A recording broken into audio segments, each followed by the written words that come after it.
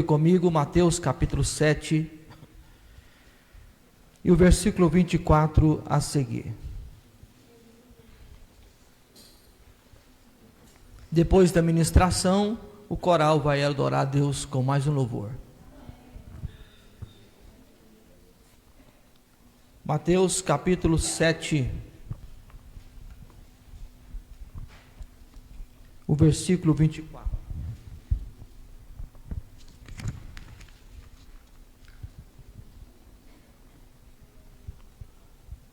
Todo aquele, pois, que escuta essas minhas palavras e as praticas, assemelhá-lo-ei ao homem prudente que edificou a sua casa sobre a rocha. E desceu a chuva, e correram os rios, e assopraram os ventos, e combateram aquela casa, e não caiu, porque estava edificada sobre a rocha. E aquele que ouve essas minhas palavras e não as cumpre, compará-lo-ei ao homem insensato que edificou a sua casa sobre a areia. E desceu a chuva, e correram os rios, e assopraram os ventos, e combateram aquela casa, e caiu, e foi grande a sua queda. E aconteceu que, concluindo Jesus este discurso, a multidão se admirou da sua doutrina, porquanto os ensinava com autoridade, e não como os escribas. Senhor Jesus, nós estamos na tua presença, e viemos aqui te adorar. Papai querido, peço-te que me abra a porta da palavra nessa noite. Vamos estar estudando este assunto muito importante na vida do cristão. Usa-me como teu instrumento no poder do teu Espírito Santo, para a glória do teu nome eu oro, em nome de Jesus Cristo. O Senhor Jesus, para terminar o seu discurso do Sermão do Monte, conhecido como o Sermão da Montanha, propõe uma parábola dos dois fundamentos. Esta parábola ela está registrado em Mateus capítulo 7, 24 ao 27 e Lucas capítulo 6, capítulo 6, versículo 46 ao 49. Existe, quando nós lemos a palavra em Mateus e em Lucas, existem algumas palavras diferentes que foram usadas por Mateus e por Lucas. Por que essa diferença? Porque Mateus escreve para os judeus que viviam na Palestina, estavam acostumados à força da natureza daquela região. Já Lucas, ele escreve para os gregos, que não conheciam a força da natureza daquela região. Por isso que aqui nós encontramos alguns detalhes importantes que o Senhor Jesus trata com os seus discípulos e a multidão, e hoje a igreja do Senhor Jesus Cristo. O Senhor Jesus está encerrando o famoso Sermão do Monte, ensinando sobre o caráter do reino de Deus. O que nós estivemos estudando nesses 5 meses é justamente sobre o caráter do reino de Deus. É a constituição de todo cristão. Tudo aquilo que Jesus pensa para os seus seguidores, para os discípulos do Senhor Jesus, ele está aqui registrado no Sermão do Monte. Se nós lermos e praticarmos capítulo 5, 6 e 7 de Mateus, nós vamos estar cumprindo a vontade de Deus. É um desafio, como eu tenho dito para os irmãos, na força humana, nós não vamos conseguir jamais viver aquilo que o Senhor Jesus propôs no Sermão do Monte. Por isso ele deixou a nós o Espírito Santo, pela força do poder do Espírito, vivendo a vida com Deus, nos é proposto a nós caminharmos naquilo que o Senhor Jesus pensou ali no capítulo 5, 6 e 7 de Mateus. Aqui ele conclui uma parábola que serve de advertência final. Ouvir a palavra não basta, é preciso obedecer. E Jesus vai terminando esta parábola, este ensino do Sermão do Monte, e ele traz uma parábola, uma ilustração para que as pessoas pudessem a compreender.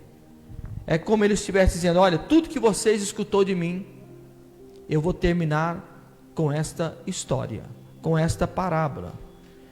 Ele compara 2 homens, um prudente e um insensato, ambos construíram casas, mas em fundamentos diferentes. Quando veio a tempestade, a base de cada casa fez toda a diferença. Eu quero estar trabalhando com os irmãos da temática: em que fundamento estou construindo a minha vida? Jesus propôs sobre dois homens, um homem que compara, que constrói, que edifica uma casa sobre a rocha, e outro homem que edifica sua casa sobre a areia. E ele vai estar trazendo comparações importantes, porque ele diz que todos os dois homens, eles tiveram um objetivo. Qual foi o objetivo? De construir uma casa. Todos eles construíram uma casa. A diferença estava o local com que eles estavam construindo a sua casa. Um construía sobre a rocha e outro construía sobre a areia. E todos nós edificamos a nossa vida espiritual. Aqui a casa que Jesus se refere é a nossa vida. Não é essa casa de tijolos. Porque o propósito de Deus, o prazer de Deus, a segurança que Ele dá a nós, é a casa espiritual que somos nós. Essa casa que é o nosso corpo, que é templo do Espírito Santo. E a pergunta da temática é: em que fundamento eu estou construindo a minha vida cristã? Onde eu estou edificando a minha vida? O versículo 24, Jesus começa dizendo assim: todo aquele, e eu estava olhando na Bíblia grega, no grego koiné, tem uma palavra aqui que não tem nessa tradução quando foi traduzir, que é a palavra portanto. Na Bíblia original, no grego koiné, tem essa palavra portanto. Portanto, é uma conjunção que ele está terminando o texto, tudo que ele está falando. E Jesus fala assim: todo aquele que escuta as minhas palavras. Jesus está direcionando quem? A quem Jesus estava direcionando primariamente essas palavras? As multidões. Existia, quando Jesus abriu a sua boca, o capítulo 5, o primeiro versículo diz que Jesus, vendo a multidão, uma multidão de pessoas. O que é a multidão? São várias pessoas. Quando ele, vendo a multidão, subiu o monte e, assentando-se, aproximaram-se dele os seus discípulos. E ele, abrindo a sua boca, os ensinava, dizendo. E Jesus foi ensinando os discípulos e a multidão, e aquilo foi catalogado em uma constituição do caráter do reino de Deus. Eu sirvo a Jesus? Eu amo de fato a Jesus? Então Jesus está falando assim: aquele que escuta as minhas palavras e as pratica. Escutar, uma multidão escutou, mas praticar, não foram todos. Porque existe uma longa caminhada entre escutar e praticar. E o propósito de Jesus, ele está dizendo assim: olha, portanto, aquele que escuta essas minhas palavras e as pratica. Quais são as palavras? Porque o pronome está estas, minhas palavras. Quais são estas minhas palavras? É tudo aquilo que Jesus, ele esteve falando no capítulo 5, 6 e 7. E eu quero estar aqui traçando como resumo algumas coisas que eu acho importante para a gente voltar a conscientizar, entender tudo aquilo que nós estivemos estudando. Primeiro, Jesus começa no capítulo 5 falando sobre a verdadeira felicidade. A verdadeira felicidade não é ter ou estar, é ser. E ele diz: bem-aventurado os pobres de espírito. Olha só o que Jesus traz de verdadeira felicidade. É o homem que depende de Deus, os que choram aos pés de Jesus, aqueles que são mansos, os que têm fome e sede de justiça, os misericordiosos. O Senhor Jesus espera dos seus discípulos a misericórdia. Eu estava lendo uma palavra esses dias sobre a lei, que fala que o filho desobediente, em uma certa circunstância, o pai poderia apedrejar esse filho. A lei permitia. Mas qual o pai que apedreja um filho? O pai que ama, ele não apedreja o seu filho. Jesus estava falando assim: use a lei com misericórdia, porque a lei ela deve ser usada com misericórdia. Por isso que Jesus fosse bem-aventurado os misericordiosos, porque eles alcançarão misericórdia. Ele continua: bem-aventurados os limpos de coração, os pacificadores, aqueles que sofrem perseguição por causa da justiça, e aqueles que são injuriados e perseguidos quando mentirem e disserem todo mal contra vós. Vocês, na verdade, são felizes. A felicidade que Jesus propõe aqui é a felicidade, é a verdadeira felicidade, é a paz que excede todo entendimento que só Jesus pode trazer. E ele continua dizendo que os discípulos são o sal da terra e a luz do mundo. Há duas coisas importantes que Jesus ele remete aqui, que nós somos o sal. O sal ele tem a propriedade de dar sabor, e ele tem também a propriedade de preservar o alimento. E Jesus falou assim: vocês são o sal da terra. Ou seja, os discípulos, eles dão sabor e eles protegem a terra. E nós somos também a luz do mundo. Olha a responsabilidade dos discípulos. Nós somos luz. É por isso que as pessoas olham para nós, porque nós somos luz. E ele fala que ninguém pode esconder uma cidade edificada sobre o monte. No versículo 16 ele fala: assim resplandeça a vossa luz diante dos homens, para que vejam as vossas boas obras e glorifiquem o vosso Pai que está no céu. Aí quando Jesus trata, dizendo da verdadeira felicidade, falando que nós somos sal da terra e luz do mundo, ele vai dizer algo importante para nós. Ele vai fazer um paralelo entre a graça e a lei. Porque ele fala: eu não vim destruir a lei ou os profetas, mas não vim abrogar, mas vim cumprir. E ele começa a dizer sobre questões importantes. Na verdade, a graça, o evangelho de Jesus, ele nos aperta muito mais que a lei. Porque na lei dizia: não matarás. Aí Jesus, ele traz no versículo 21, algo mais forte. Eu, porém, vos digo que qualquer sem motivo se encolerizar, se irá contra o seu irmão, será réu do juízo. E qualquer que chamar seu irmão de raca, de tolo, será réu do sinédrio. E qualquer que lhe chamar seu irmão de réu, será fogo do inferno. E ele começa a dizer: ó, portanto, se você trouxer a tua oferta ao altar, e lembrar, quando você traz a sua oferta no altar, e lembrar que o seu irmão tem alguma coisa contra você, vai, reconcilie com o teu irmão, deixa a oferta ali, reconcilie com o seu irmão, e vem, e oferece a sua oferta. É isso que Jesus está falando. Se vocês ouvirem essa palavra e praticar, ele fala sobre adultério, mas ele fala que a lei dizia que não cometerás adultério. No versículo 28 ele fala: eu porém vos digo que qualquer que atentar numa mulher para cobiçar já em seu coração, cometeu adultério com ela. Isso é a proposta do Senhor Jesus, que ele traz para nós. É um confronto do evangelho, mas esse confronto, ele não nos mata, ele nos leva para o céu. A Bíblia, ela vem para nos confrontar, mas com o objetivo de curar o nosso coração.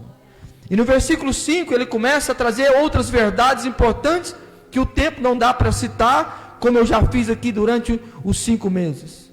No versículo 6, capítulo 6, Jesus fala sobre esmola, oração e jejum. Ele fala que quando nós demos esmola, eu quero recapitular isso com os irmãos, que ele usa a expressão quando, deres esmola, quando orares, quando jejuares. Ele mostra o que não fazer e o que fazer. O que ele espera? O que ele está dizendo? Quando? Isso é a palavra que vai chegar o momento. Ele não diz se deres esmola, mas ele diz quando. Ele não diz se orares, mas ele diz quando orares. Ele não diz se jejuares, mas ele diz quando jejuares. Jesus espera de nós que nós tenhamos essa prática do jejum, da oração, da esmola, da oração e do jejum. E ele começa a dizer, mas quando deres esmolas, você tem um segredo: não saiba a tua mão esquerda o que faz a tua direita. Quando orares, não sejais como os hipócritas, pois se comprazem em orar em pé nas sinagogas e às esquinas das ruas. Ele fala, mas quando orares, entra no teu aposento, fecha a tua porta e ora ao teu pai que vê o que está em oculto, e teu pai que vê o que está em oculto te recompensará. Quando jejuares, não vos mostrais contristados como os hipócritas, como os fariseus da época que desfiguravam o seu rosto para parecer aos homens que jejuam. Os fariseus naquela época, eles gostavam de se mostrar que estavam orando, jejuando e dando esmola. Era por isso que a expressão farisaísmo, que vem da hipocrisia, quando eles iriam dar esmola, eles faziam questão, né, de se estivesse passando muita gente, né, talvez era até um pacotinho de arroz, mas fazia um holofote, tirava foto. Se fosse hoje, foto, selfie, rede social. Jesus falou, vocês não estão entendendo nada. Quando você for orar, os fariseus gostavam de levantar assim, né, a mão para cima, eu não sou como este homem, eu jejuo 2 vezes.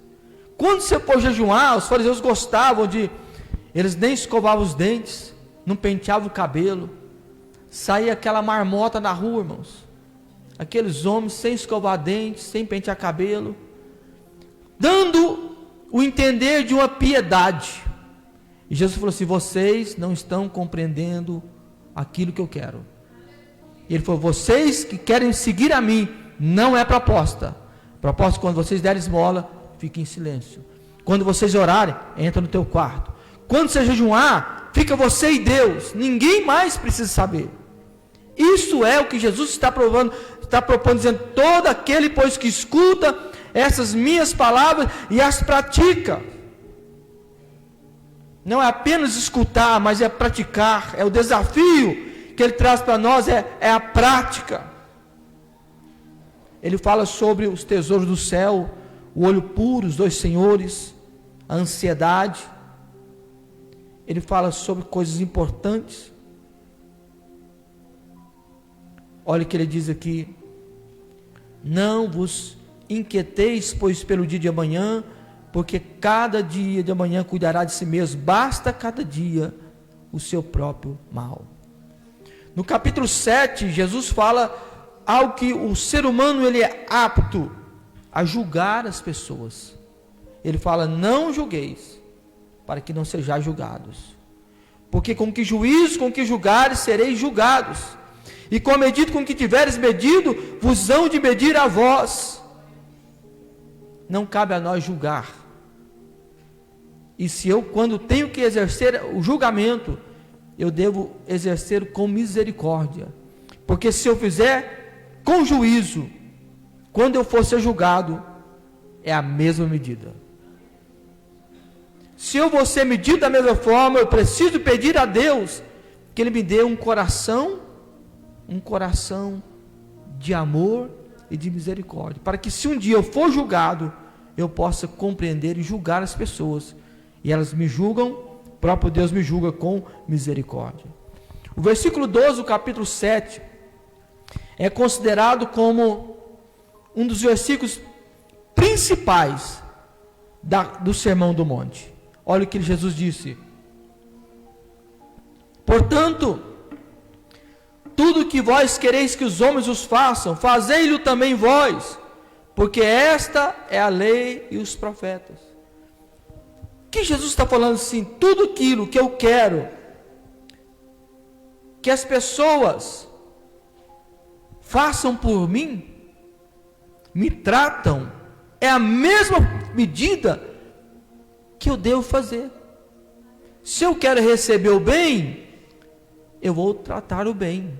Se eu quero receber misericórdia, eu vou tratar com misericórdia. Porque Deus vai nos julgar conforme nós julgamos. Olha que ato tão sério.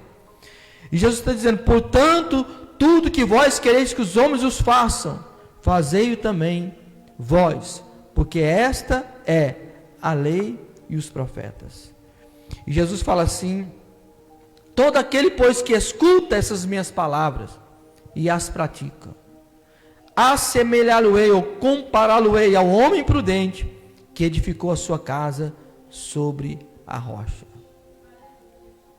O homem que escuta e que pratica essa palavra de Jesus, ele é comparado a um homem que lança o seu alicerce sobre a rocha, sobre firmezas, sobre fundamentos. A nossa vida espiritual deve estar alicerçada sobre a rocha da verdade, a rocha que é Cristo. Se nós estivermos ouvindo e praticando, a nossa vida espiritual vai ser alicerçada sobre a rocha. Eu não sou pedreiro, mas eu vejo muito de construção. Quando as pessoas vão construir uma casa, precisa-se do alicerce. É a base. O alicerce ninguém vê. Aqui esse templo, existe colunas aqui, nessas paredes. Ninguém está vendo essas colunas, mas elas existem. Se não existissem colunas, não ia sustentar a parede, o telhado, o que existe por cima. Tem que ter o alicerce. Aquela salinha das crianças que nós construímos, existe colunas, existe alicerces, existe bases sólidas para sustentar aquela construção. E nós precisamos edificar a nossa vida sobre a rocha, temos firmezas, fundamentos, temos que ter estrutura. Para isso nós devemos ouvir, mas ouvir com o coração. O convite de Jesus é: ouça a minha palavra com o coração. Não ouça com os ouvidos, ouça com o coração. Deixe essas palavras entrar. Quando for preciso ela nos confrontar, essa própria palavra vai limpando o nosso coração. Jesus fala assim: eu comparo o homem que escuta as minhas palavras e as pratica, eu comparo eles como o homem que edificou a sua casa sobre a rocha. E o homem que não edifica sobre a rocha, que ele edifica sobre a areia, Jesus fala assim: e aquele que ouve essas minhas palavras e não as cumpre, o versículo 26, compará-lo-ei ao homem insensato, imprudente, que edificou a sua casa sobre a areia. Interessante que na Palestina, quando se edificava uma casa, era preciso pensar com antecipação. Havia muitos terrenos que as pessoas olhavam, eram lugares aprazíveis, sombreados. Só que na Palestina muda muito, quando no inverno se converte como esmagadores correntes de águas. O lugar era bonito, tinha sombras no verão, mas no inverno era tempestade, era água. E a pessoa que olhava apenas por vistas, como Ló, ele olhou apenas as campinas do Jordão com seus olhos carnais e disse: é lindo, é bonito, vou ficar aqui. E quando eles olharam, Ló olhou para aquilo, era bonito, mas estava contaminado. E Jesus falou para nós pensarmos.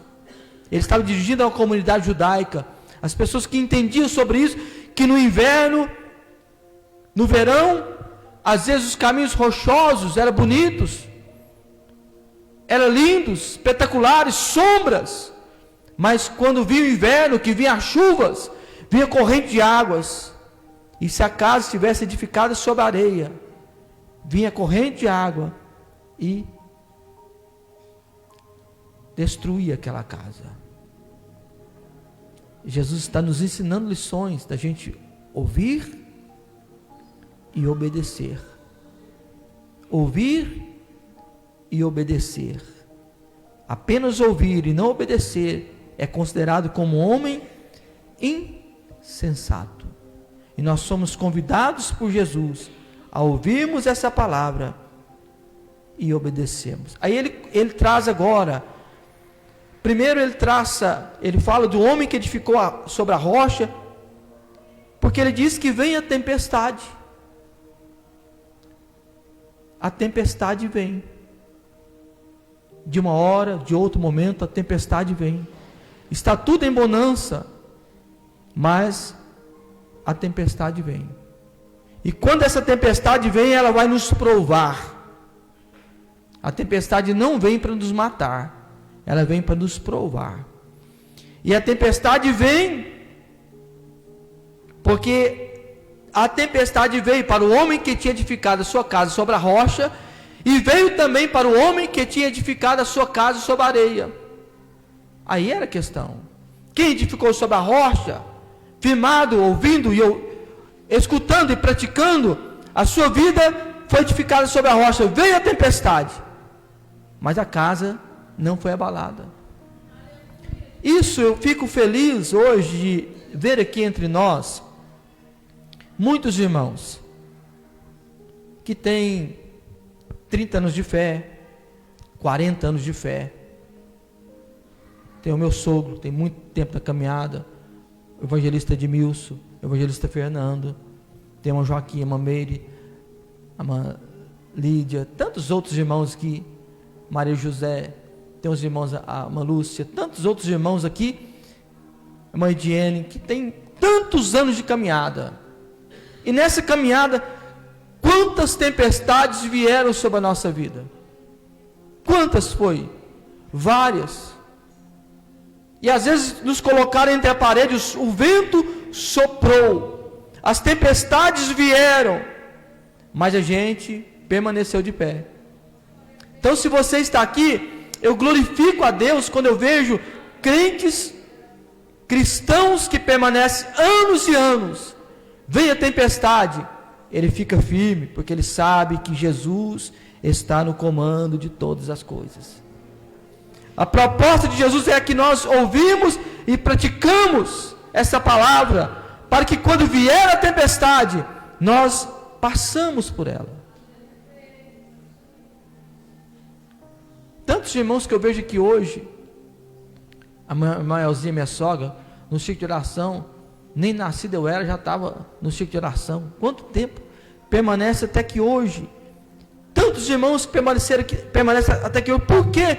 Porque estão ouvindo e na oficina de Jesus, deixando Cristo moldar a nossa vida, o nosso caráter. Jesus está falando assim: você que pratica, que ouve e pratica, eu comparo você a um homem que vai edificar sobre a rocha. Vai descer a chuva, vai correr os rios, vai assoprar os ventos, vai bater na sua casa, mas você não vai cair. E se estamos de pé aqui, é pela grande misericórdia do Senhor Jesus, que Ele está dizendo: vocês têm ouvido a minha palavra e procurado guardar essa palavra. É por isso que eu estou feliz de pregar a essa gente, a esse povo, que dia após dia tem procurado entender essa palavra e ela se tornar vida no seu coração, para que o nome do Senhor Jesus venha a ser glorificado. É um homem semelhante ao homem que, edificando a sua casa, cavou uma vala funda e lançou os alicerces sobre a rocha. Lucas capítulo 6, 48. Olha o que Jesus fala: é semelhante a um homem que, edificando uma casa, cavou, abriu uma vala funda e lançou os alicerces sobre a rocha. O que Jesus quer que a gente faça, sabe o que é? Que a nossa vida cristã e espiritual seja alicerçada na rocha, e que possamos crescer em profundidade, em relacionamento com Ele, ouvindo essa palavra, amando Jesus. E eu fico pensando, nós que somos cristãos, no mínimo, cada cristão deveria ler a Bíblia. É o mínimo que a gente deveria fazer. Pastor, eu não sei ler. Aí Jesus falou assim: bem-aventurado aqueles que ouvem. Tem até a Bíblia falada. Quem não sabe ler, pode ouvir. Bem-aventurado aqueles que leem, aqueles que ouvem. Leia essa palavra. Ela vai fazer mudança, gerar mudança na sua vida, como tem gerado na minha vida. Ler a palavra de Deus constantemente. Eu sou um pastor, um ministro do Evangelho, já tenho alguns anos de caminhada, e nós que somos obreiros devemos ter muito cuidado de não lermos a Bíblia apenas para procurar mensagens. Nós devemos ler a Bíblia primeiro para ela nos alimentar. Todos os dias eu procuro ler a Bíblia no meu devocional, não procurando mensagens, mas é Jesus falando comigo. E quando Ele fala comigo, Ele me faz melhor. Porque quando eu erro, Ele me instrui. Por que existem tantas pessoas sendo enganadas? Porque não conhecem a Bíblia. E Jesus fala aqui no versículo, capítulo 7, versículo 15, que falei semana passada: acautelai-vos, porém, dos falsos profetas, que vêm até vós vestidos com ovelhas, mas interiormente são lobos devoradores, porque pelos seus frutos os conhecereis. Jesus está dizendo assim: olha, se você quiser ser meu discípulo, você fique de olho atento. Paulo disse que eu mesmo pregue outro evangelho, desconsidere, seja anátema. Eu mesmo, se eu for pregar uma palavra aqui, tudo que eu falar aqui, vai na sua casa e confere na Bíblia. Não está certo. Não está certo. Porque essa palavra, ela nos confronta e ao mesmo tempo ela nos cura. Aí Jesus fala: aquele homem que ouve e pratica a minha palavra é comparado a um homem prudente, que desce a chuva, corre os rios, assopra os ventos, e ele permanece firme. Mas quem ouve e não pratica, vem o vento, corre os rios, vem a tempestade, e aquela casa cai. Porque tem muitas pessoas que não firmam na fé, porque ele apenas escuta, mas não deixa descer, e quer escutar apenas aquilo que ele deseja escutar. Aí o versículo 28 fala assim: e aconteceu que, concluindo Jesus este discurso, a multidão se admirou da sua doutrina. Porque as palavras de Jesus são palavras que ela mexe dentro da nossa alma, no nosso espírito. E hoje eu prego essa palavra, e à medida que eu prego essa mensagem, ela gera fé no nosso coração. Isso é o poder da palavra, não é meu poder, é o poder da própria palavra, de gerar uma fé extraordinária no nosso coração. E aconteceu que, concluindo Jesus este discurso, a multidão se admirou da sua doutrina, porquanto os ensinava com autoridade e não com os escribas. A diferença dos escribas da época e de Jesus, que eles ensinavam e não viviam. Jesus ensinava e vivia. Ele estava, como Paulo falou assim: vocês querem servir Jesus? Olha o que Paulo falou assim: vocês querem servir a Jesus? Me imita. Faça o que eu faço. Fala o que eu falo. Olha que maturidade do apóstolo Paulo, dele a sua própria vida transmitir o cheiro do Senhor Jesus.